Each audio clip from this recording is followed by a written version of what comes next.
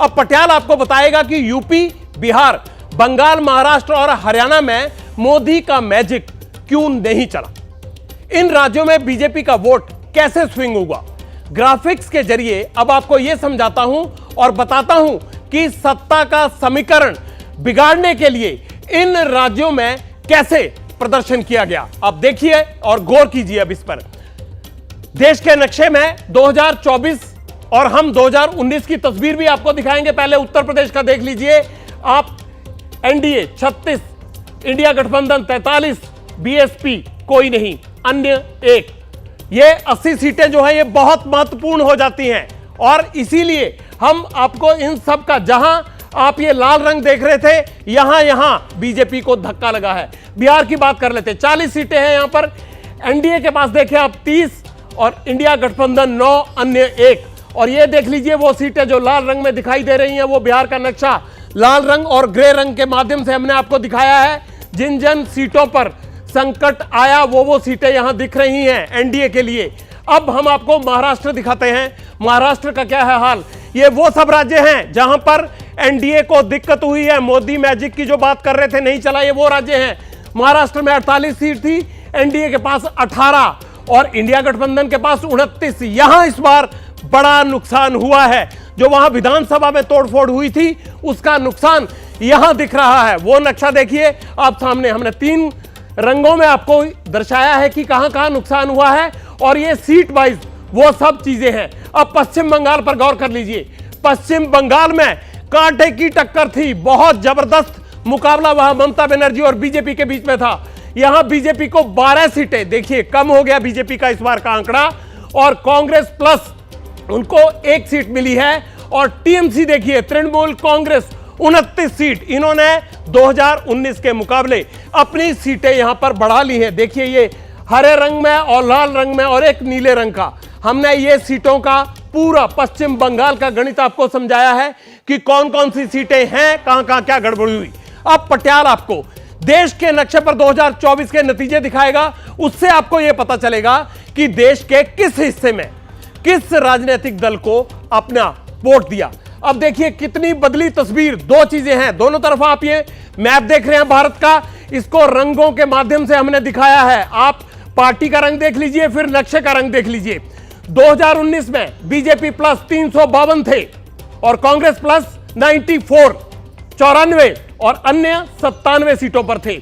लेकिन यह तस्वीर आप 24 में देखेंगे कि किस लिहाज से बदली है। अब यहां आइए, एनडीए 294 294, इंडिया गठबंधन आप देख लीजिए 231 पर है और अन्य 18 पर। वहां अन्य कितने थे, यहां अन्य कितने रह गए, वहां 94 था, यहां 231 हो गया, वहां 352 था और वहां रह गया इस बार 294। ये दोनों कलरफुल मैप जो हमने आपको दिखाए हैं देश की राजनीति को समझने के लिए शायद ये आपके लिए मददगार साबित होंगे। देश का राजनीतिक नक्शा 2014 के चुनाव के बाद कैसा था और 2019 के बाद वो तस्वीर कैसी थी, ये आप इन रंगों के माध्यम से देख सकते हैं।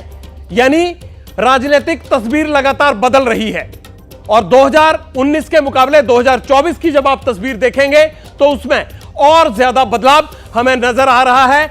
जो एनडीए का पूरा खाता था सीटों का, वो घटता दिख रहा है।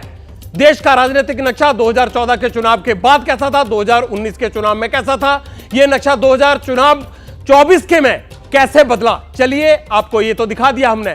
अब ये 2 और तस्वीरों पर आपको गौर करना होगा, वो भी हमने 19 और 24 की आपको दिखाई हैं। अपने वोट से देश का राजनीतिक कैसे रंग बदलता है, ये इन दोनों तस्वीरों के माध्यम से आप देख लीजिए।